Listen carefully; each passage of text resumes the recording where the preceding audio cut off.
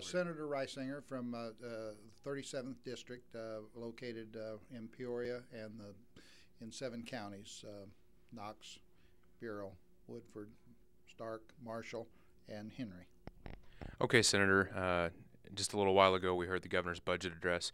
What are your initial thoughts and reactions based on the governor's budget proposal, and how do you see things shaking up over the next couple months? Well, what a difference a year makes. You know, last year you saw some or heard some boos on the floor whenever Blagojevich gave his speech. I think the tone was a lot better this year. I was very pleased that the governor showed some leadership and brought forth the proposal to look at pensions. We need to look at pensions. The cost of pensions is eating us alive. It's not a matter of how we do something. We've got to do something. So now it's on the table. Now we can discuss it. I was very pleased that the governor is looking at merging some of the agencies and putting some people into to look at every corner of government to see if they can't make it more efficient and more effective. That's very important.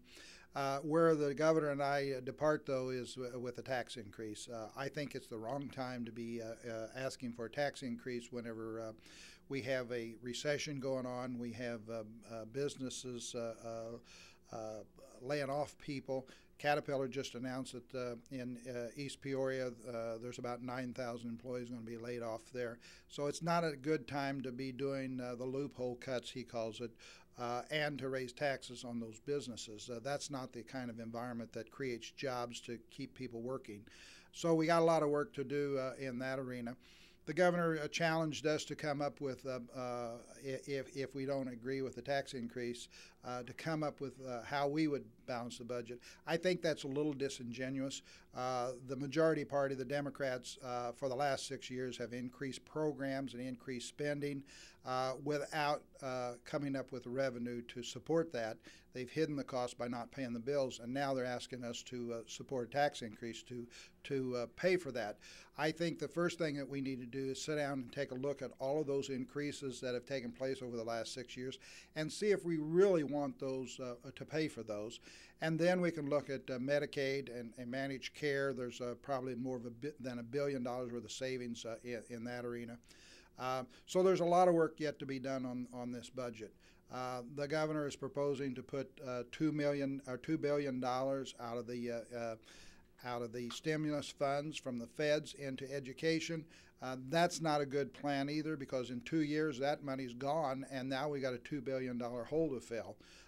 So there's some problems with the budget that we need to work on, but the atmosphere was a lot better, and it's going to be better for us to work with the governor.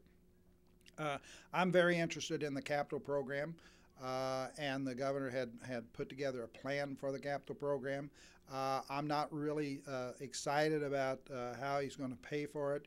Again, that's through income tax and fee increases and so forth, which is a bad time to do it now whenever people are hurting.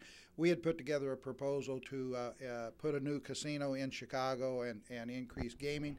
And while that may not be the most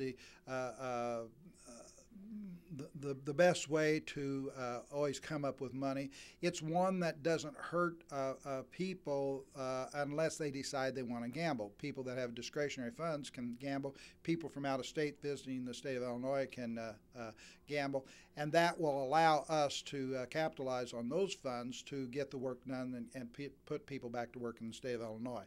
So we still have a lot of work to do. It's a good start. I'm very pleased with the atmosphere around the governor's speech, but you know, we'll kind of see in the next couple months how it goes, and hopefully we can get out of here by May 31st with a budget that we can all be satisfied with. Okay, thank you.